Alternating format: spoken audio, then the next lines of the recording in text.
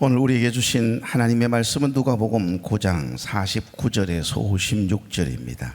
누가복음 9장 49절에서 56절. 요한이 여짜오되 주여 어떤 사람이 주의 이름으로 귀신을 내쫓는 것을 우리가 보고 우리와 함께 따르지 아니하므로 금하였나이다. 예수께서 이르시되 금하지 말라. 너희를 반대하지 않는 자는 너희를 위하는 자니라. 예수께서 하시니라. 승천하실 기약이 차감해 예루살렘을 향하여 올라가기로 굳게 결심하시고 사자들을 앞서 보내심에 그들이 가서 예수를 위하여 준비하려고 사마리아인의 한 마을에 들어갔더니 예수께서 예루살렘을 향하여 가시기 때문에 그들이 받아들이지 아니하는지라. 제자 야고보와 요한이 이를 보고 이르되 주여 우리가 불을 명하여 하늘로부터 내려 저들을 멸하라 하기를 원하시나이까. 예수께서 돌아보시며 꾸짖으시고 다 같이 함께 다른 마을로 가시니라. 아멘.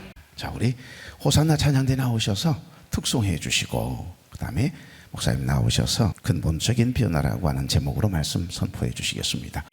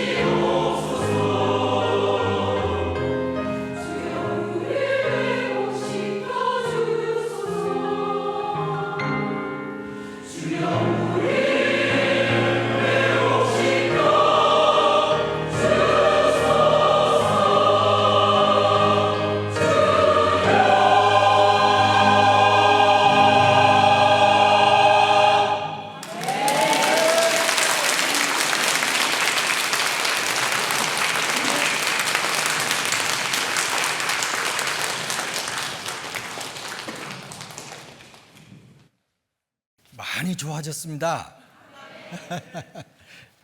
오직 예수님, 오직 예수님, 오직 예수님.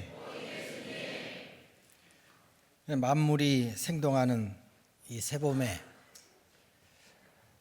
하나님께 예배드리는 이 자리에 참석하신 여러분 모두에게 영육간의 소성함의 은혜가 있으시기를 축복합니다.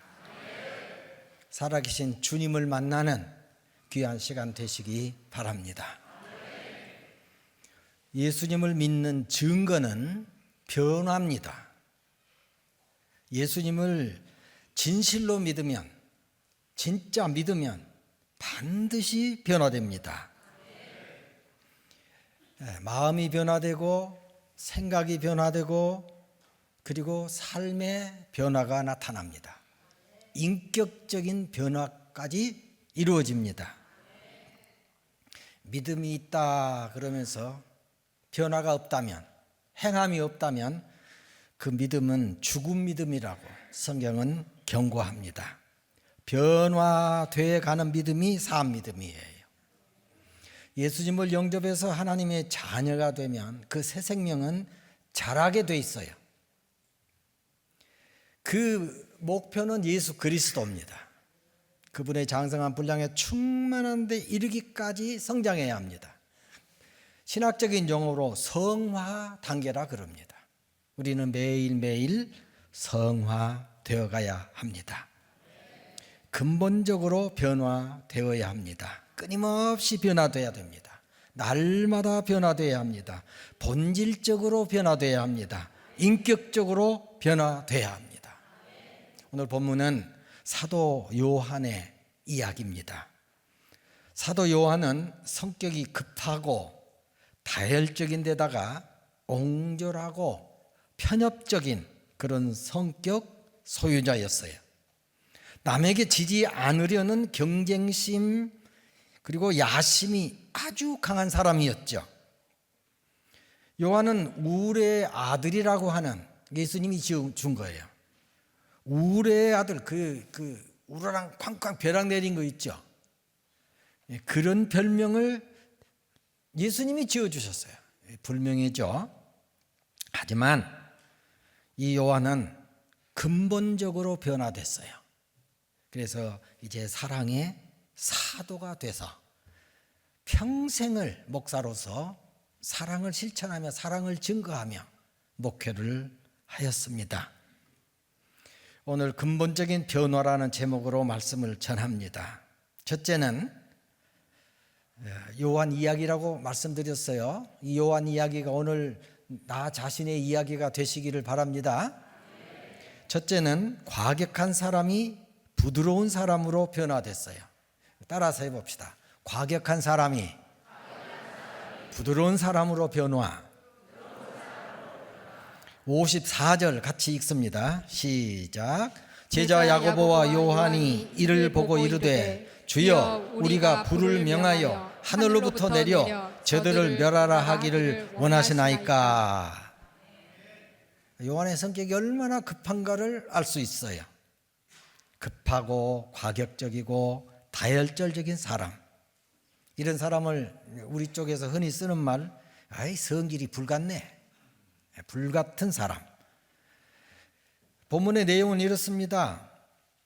예수님과 함께 사마리아로 이렇게 통과하는 그런 과정에서 그 사마리아 사람들이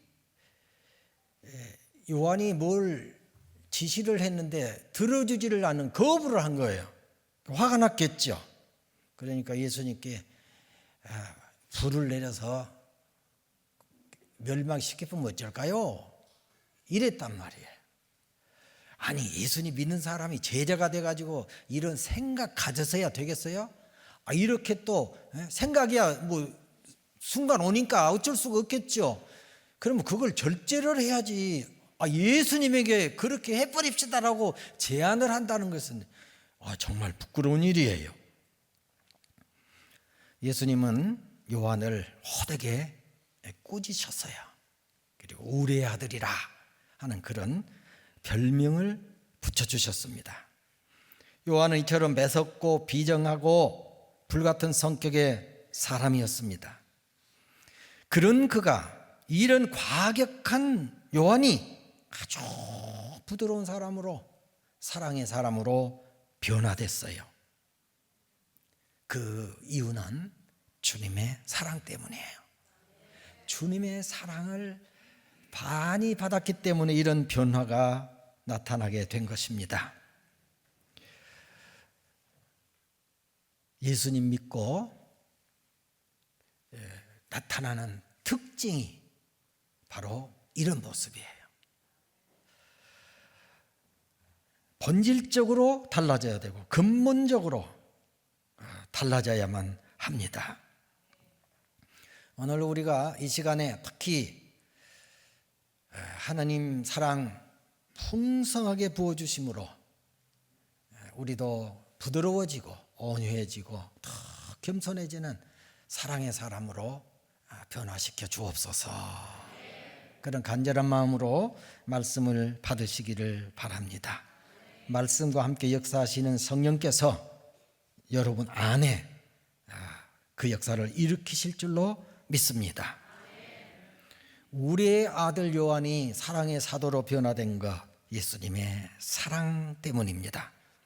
그는 12 제자 중에 누구보다도 예수님 사랑을 많이 받았어요. 예수님은 그 요한을 특히 챙기셨단 말이에요. 기도하는 자리도 데려가시고 영적 체험하는 자리도 데려가시고 어떻게 치유 사역하는 데도 데려가시고 늘 데려가셨어요. 그러니까 주님과의 사랑의 관계가 틈을 보이지 않은 거예요. 계속 유지된 거예요. 특히 여러분 이 사실을 새겨들으시기 바랍니다. 예수님이 그 사형은도 받으시고 십자가 지고 골고다 언덕 오르실 때 다른 제자들 다 흩어졌거든요. 그렇게 큰 소리 치던 베드로도 저리 도망쳐가지고 여성 앞에서 막 모른다고 저주하고 부인하고 멀찍이서 바라봤다 그랬어요. 그러나 요한은 한순간도 떨어지지 않고 십자가 지시고 운명하신 그 현장까지 따라갔어요. 그 현장에서 어머니를 바라보시더니 어머니 보세요. 아들입니다. 자기가 아들이잖아요. 근데 요한을 보면서 아들이라고. 요한을 바라보면서 요한아 어머니시다. 네 어머니시다.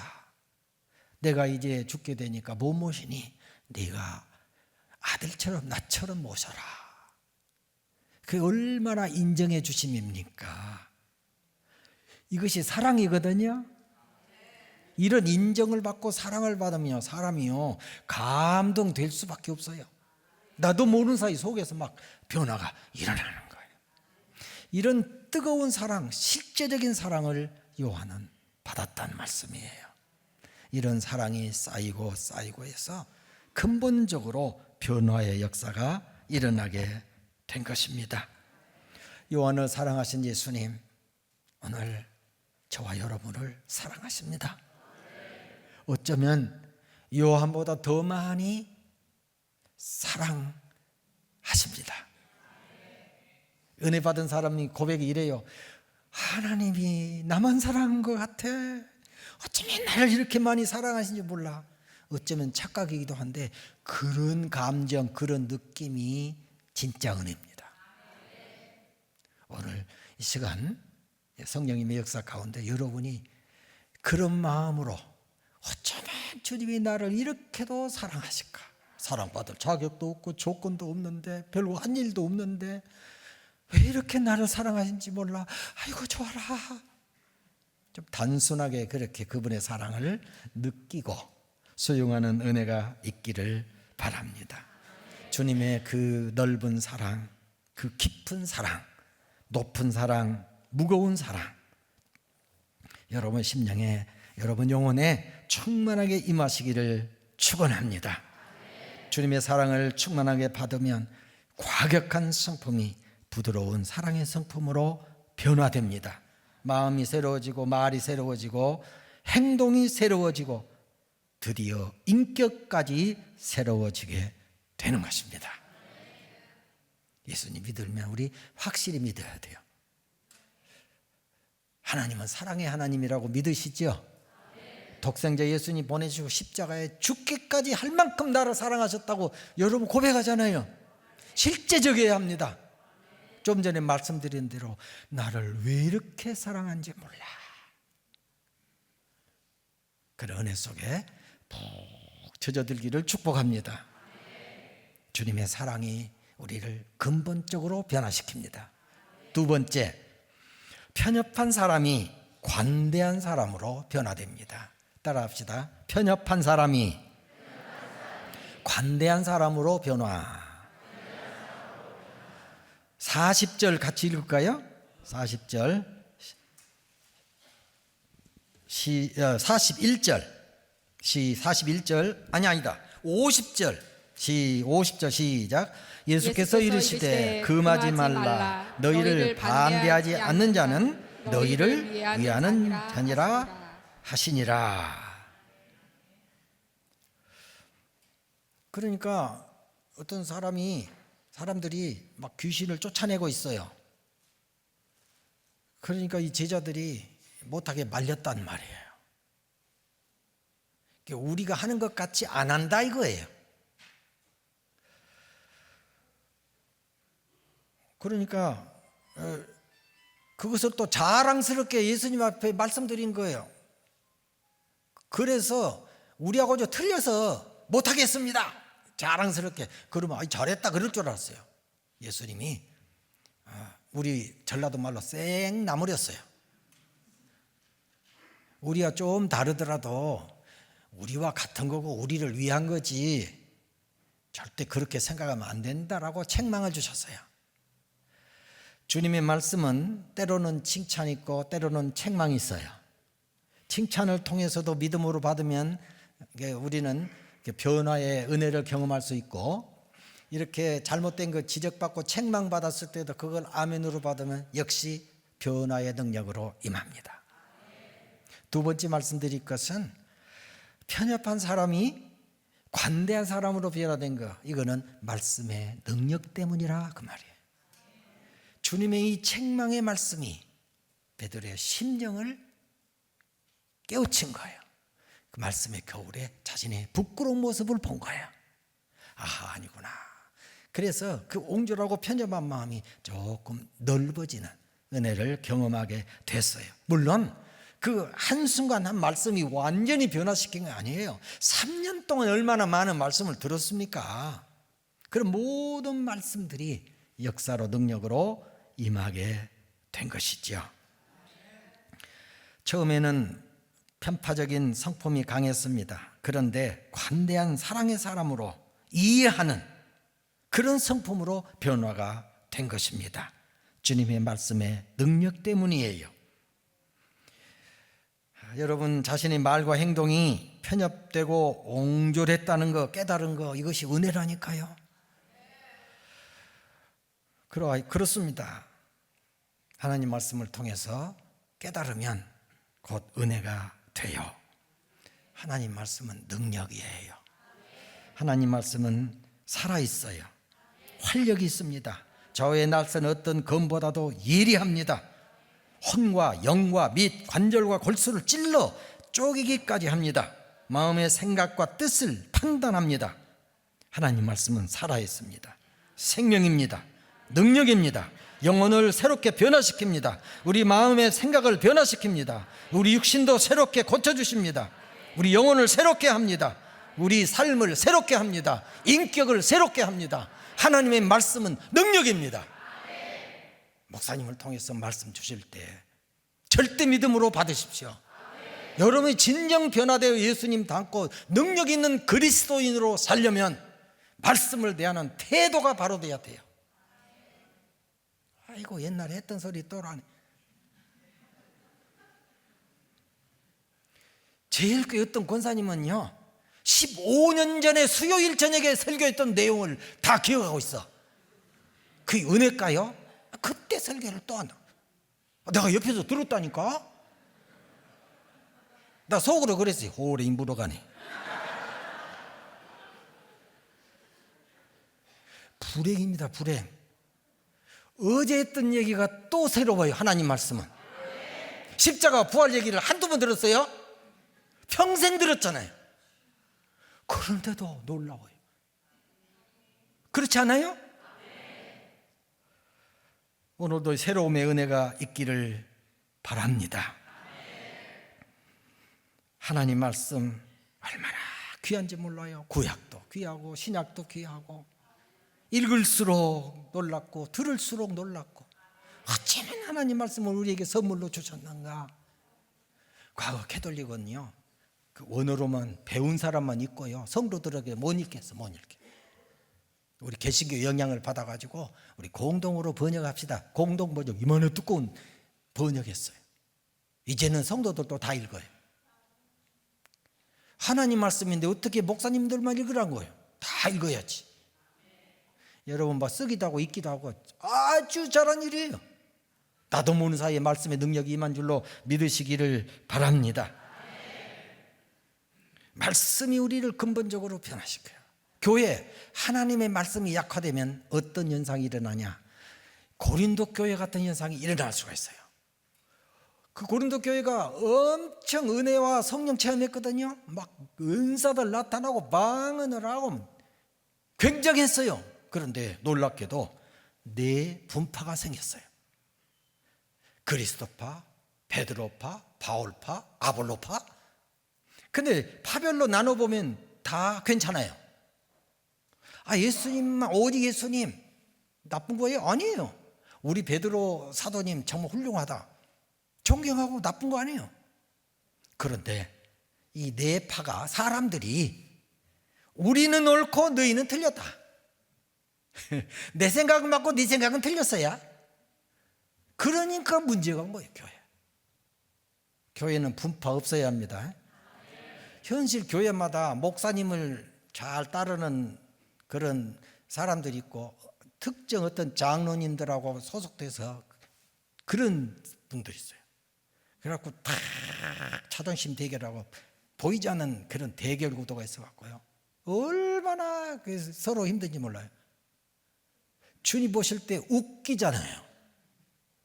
교회는 이 끼리끼리 파가 없어야 합니다. 우리는 무조건 아멘, 무조건 순종해야 돼요. 오직 성경, 오직 예수님, 오직 출만한 교회, 오직 우리 담임 목사님. 이런 신앙이어야 진짜 신앙인 거예요. 나는 한 번 갔어.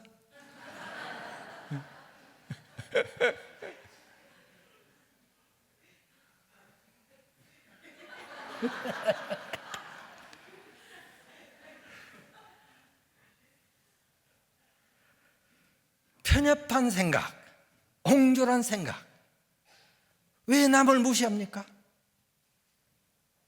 성경보다도 우리 지식이나 경험이나 이론을 더 귀하게 여기는 그게 잘못된 거란 말이에요. 이것을 옹졸함이다 그래요. 이런 건 깨트려져서 변화되어야 합니다.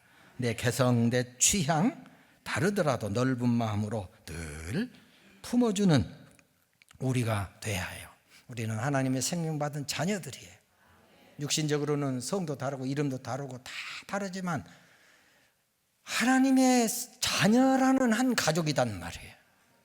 조금 미석수간사고 있고 좀 세련된 성수관자도 있을 수 있어요. 그러나 오래 믿고 좀 막 은혜 받고 막 체험한 사람이 새로 믿어서 아직 어설픈 사람 함부로 대하고 무시하고 그래도 안 되는 거고, 또 이제 나온 사람들이 장로님들 뭐 막 대들고 그래서 되겠습니까?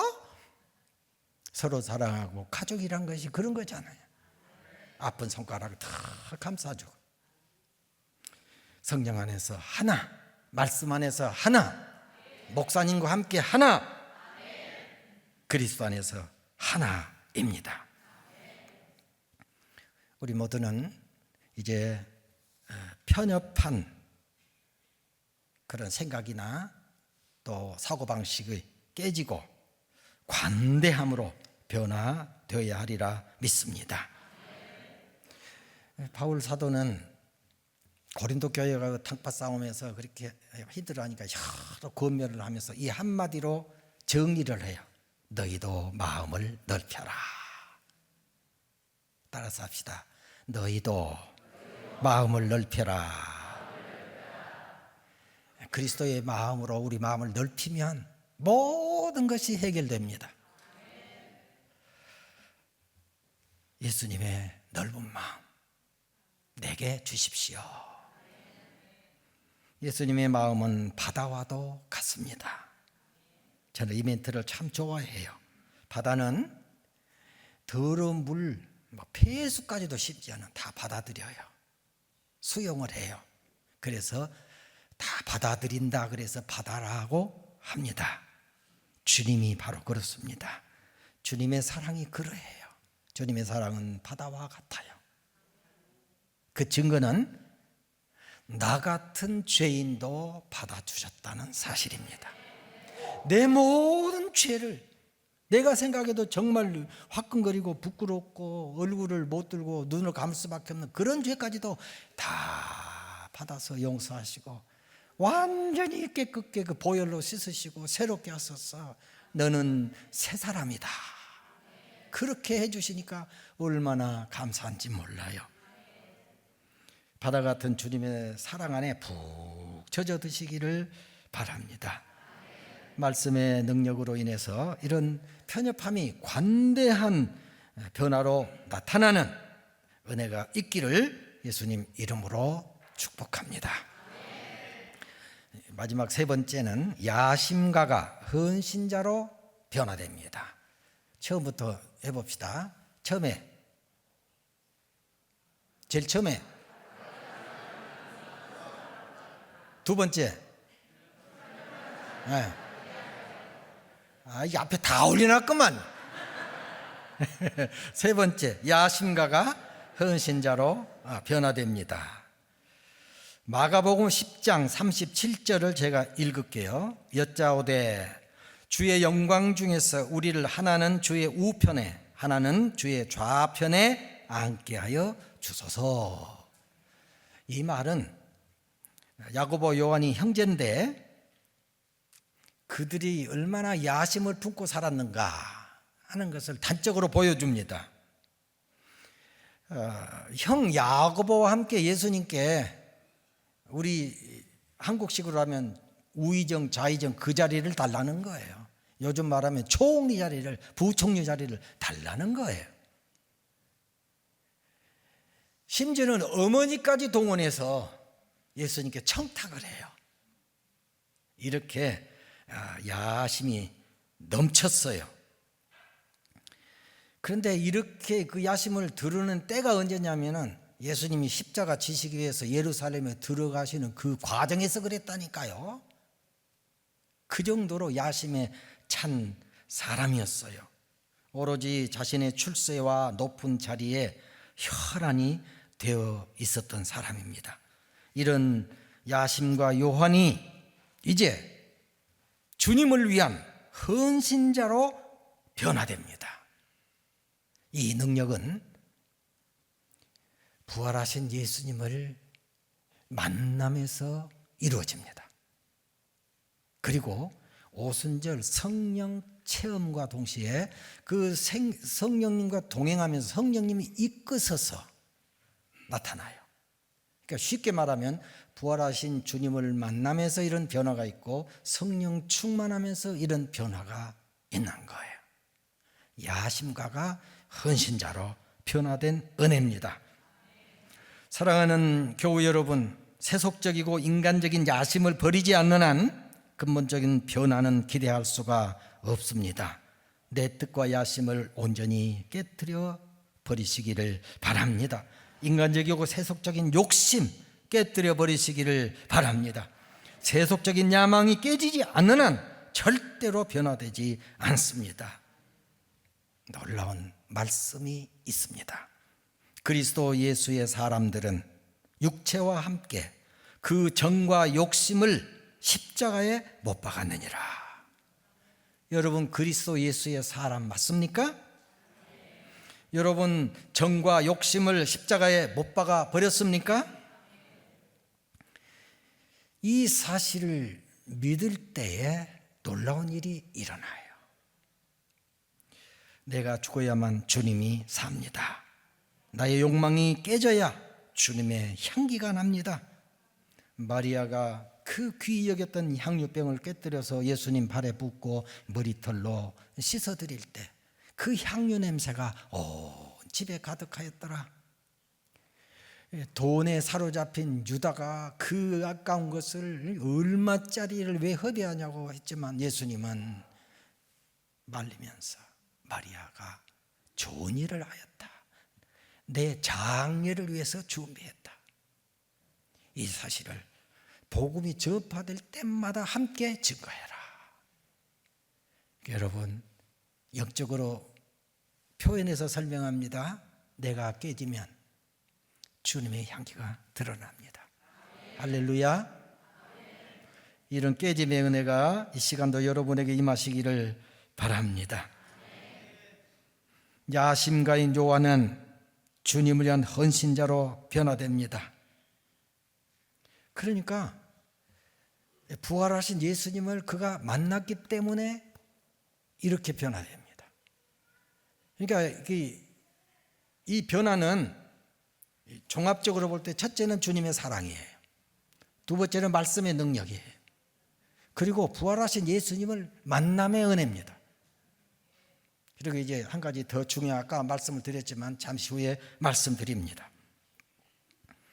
요한은 이제 야심가가 사랑의 사도가 되고 이렇게 변화된 삶을 사는데 그 사마리아 가다가 반대하는 사람들과 부딪혀가지고 불벼락을 내려버립시다. 그거 이미지가 좋지 않잖아요. 그리고 유대인들과 사마리아 사람들은 이래요.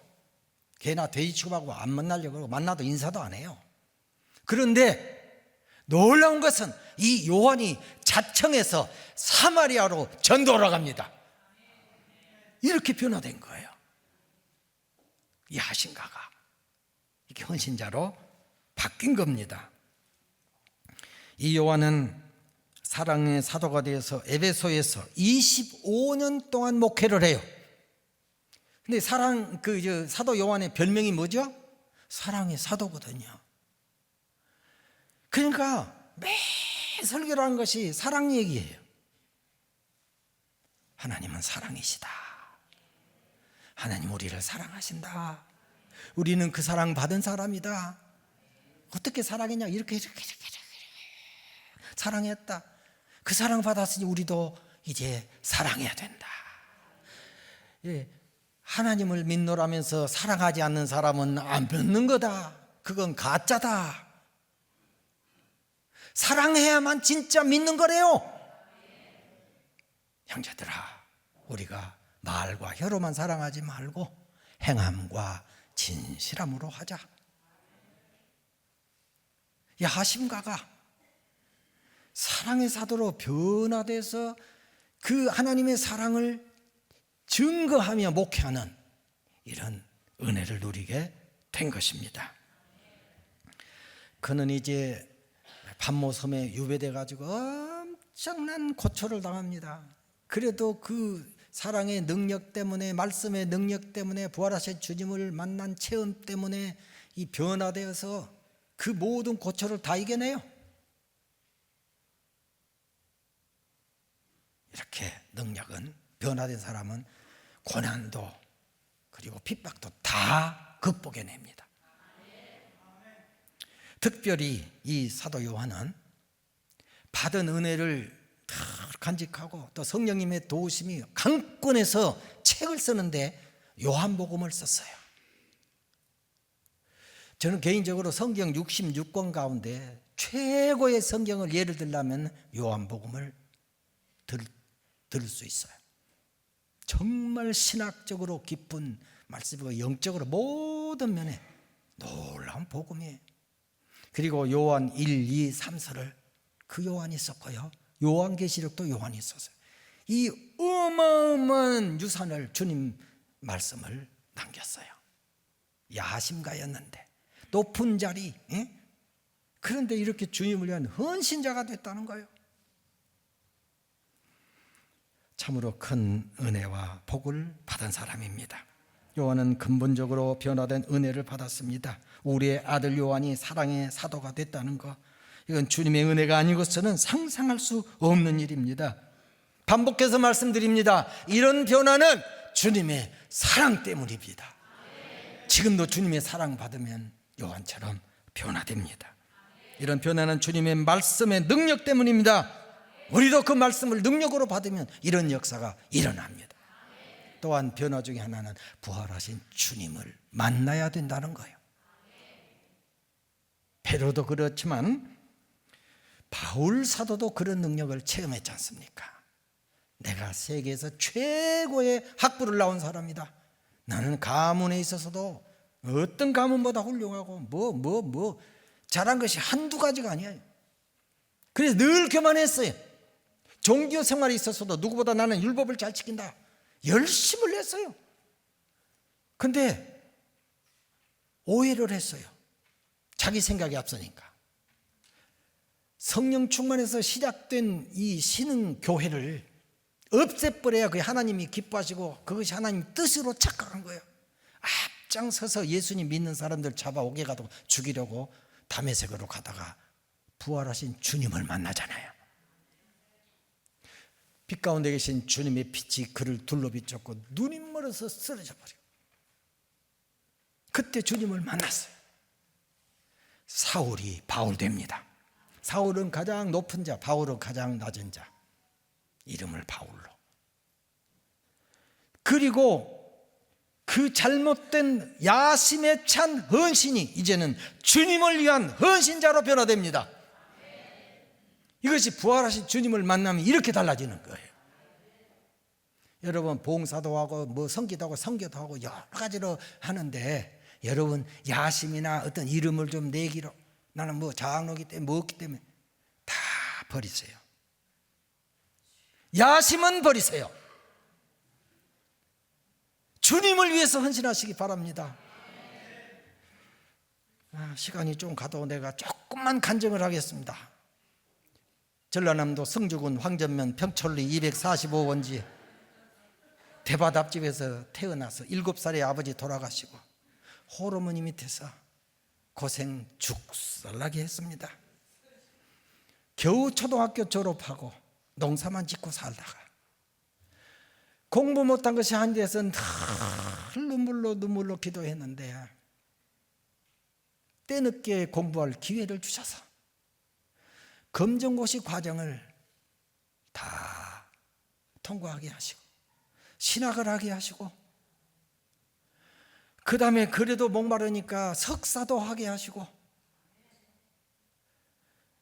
2년 동안 서울로 다니는데 이게 보통 일이 아니에요. 주일날 예배 끝나면 밤새 차 타고 가서 월요일 내내 공부하고 2년을 그랬고요. 박사학위는 7년을 공부를 했습니다. 물론 우리 장로님들과 교회에서 학비 다 대주셨어. 말을 안 해서 그렇지 내 고마움이 속에 가득 차 있습니다. 학사모 쓸 때도 감격했지만 박사모 쓸 때 감격하고요. 언제 박사 가운 한번 입고 설교 한번 해봤으면 좋겠는데 교육학 박사를 했어요. 진짜 어렵게 했습니다. 감사한 것은 나 그 말 하려고 그래요. 박사 그게 뭐이답니까? 아무것도 아니고 세상에 잘나고 똑똑한 사람 말도 잘하고 공부도 잘하고 감도 좋고 많단 말이에요. 예를 들어 바울 같은 사람 많아요. 그런데도 그 좋은 놈을 뽑아내서 예수님 믿게 하시더니 그 마음을 밝히시고 눈을 밝히셔서 점점 공부해가지고 어쩌려고 실만한교회 목사가 되게 해가지고 개척도 하고 은혜로 어렵고 가운데 이렇게 좋은 자리에 자리 잡고 교회 짓고 이르게 하시고 연태를 올라가는데 이제 빚이 남아가지고 너무 힘들다 고통스럽다 그랬는데 또 갑자기 합병을 해가지고 더블 은혜를 주셔가지고 오늘에 이르고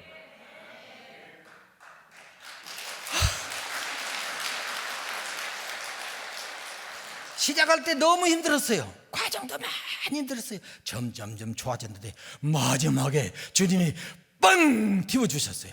은퇴. 개인적으로 얼마나 큰 영광입니까? 그러니까 하나님이 나를 이렇게 사랑하신다 말이 나오겠어요 안 나오겠어요? 우리 속에 있겠어요 없겠어요? 넘치죠. 우리 하나님 그런 멋쟁이란 말이에요. 근데 가만히 생각해 보니까 그래도 내가 나를 스스로 인정한 게 있어요.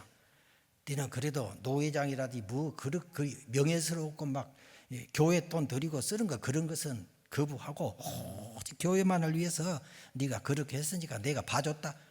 그런 마음이 살짝 들어오더라고.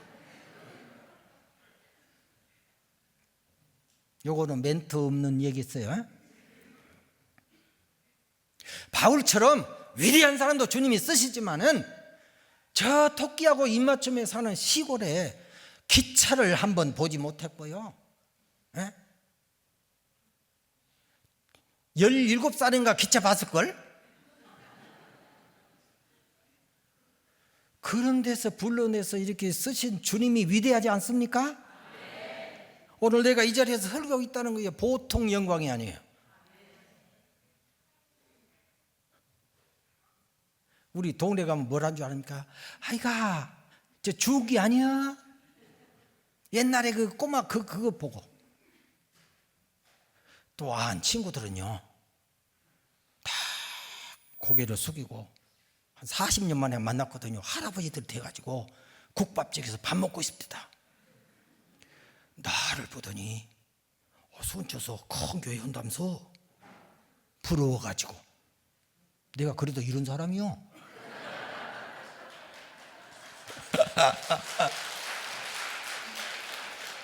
주님의 은혜다 그 말씀 드리려고 그래요. 제가 뭘 잘합니까? 그래도 주님을 위해서 나름 헌신하니까 이 좋은 그 열매를 우리 하나님이 주셔서 또 여러분 목사님이 다 좋으시지만 여러분이 여러 면에서 마음에 안 들면 3년은 터덕거렸어. 우리 순천도 그런 게 많습니다. 은퇴하시고 새 목사님 오셨는데 안 맞아가지고 교인들 막 떠나고 힘든 교회가 많아요.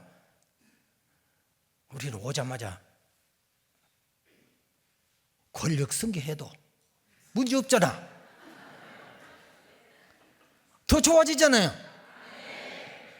아니, 그런 것을 잘 모르는 사람이 있어서 내가 깨우쳐 준 거예요, 시방.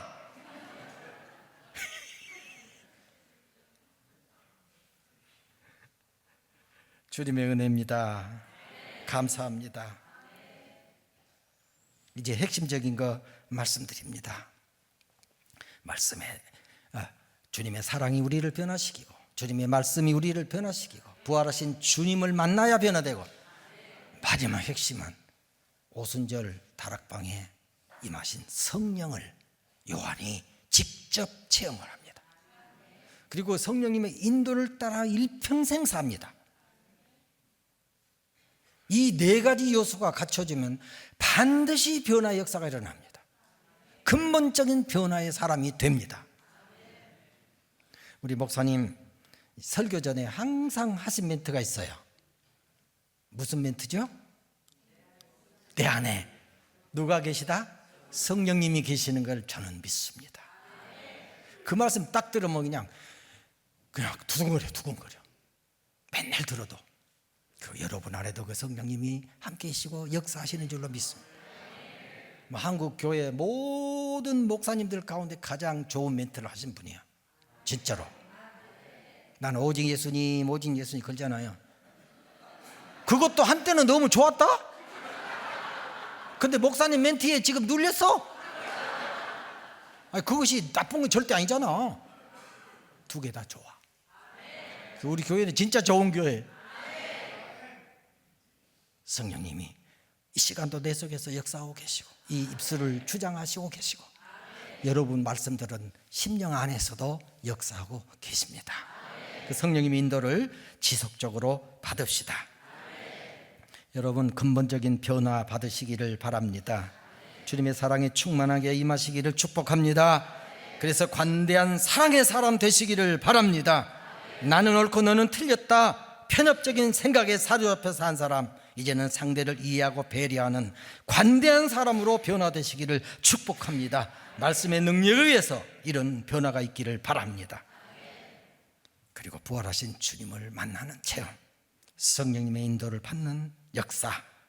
그래서 온전한 헌신자로 변화되어 근본적으로 변화된 사람들 되어서 하나님의 선하시고 기뻐하시고 온전하신 뜻을 따라서 사시는 여러분 모두 되시기를 예수님 이름으로 축복합니다. 우리 구주 예수 그리스도의 무한하신 은혜와 아버지 하나님의 변하지 않는 사랑과 성령님 역사하시고 교통하시며 인도하시며 근본적으로 변화시키시는 능력이 근본적인 변화를 사모하는 모든 심령과 가정과 자녀들과 생업에 우리 쉴만한 교회와 한국교회 그리고 구원받아야 할 모든 영혼들 위해 영원토록 함께하옵기를 간절히 축원하옵나이다.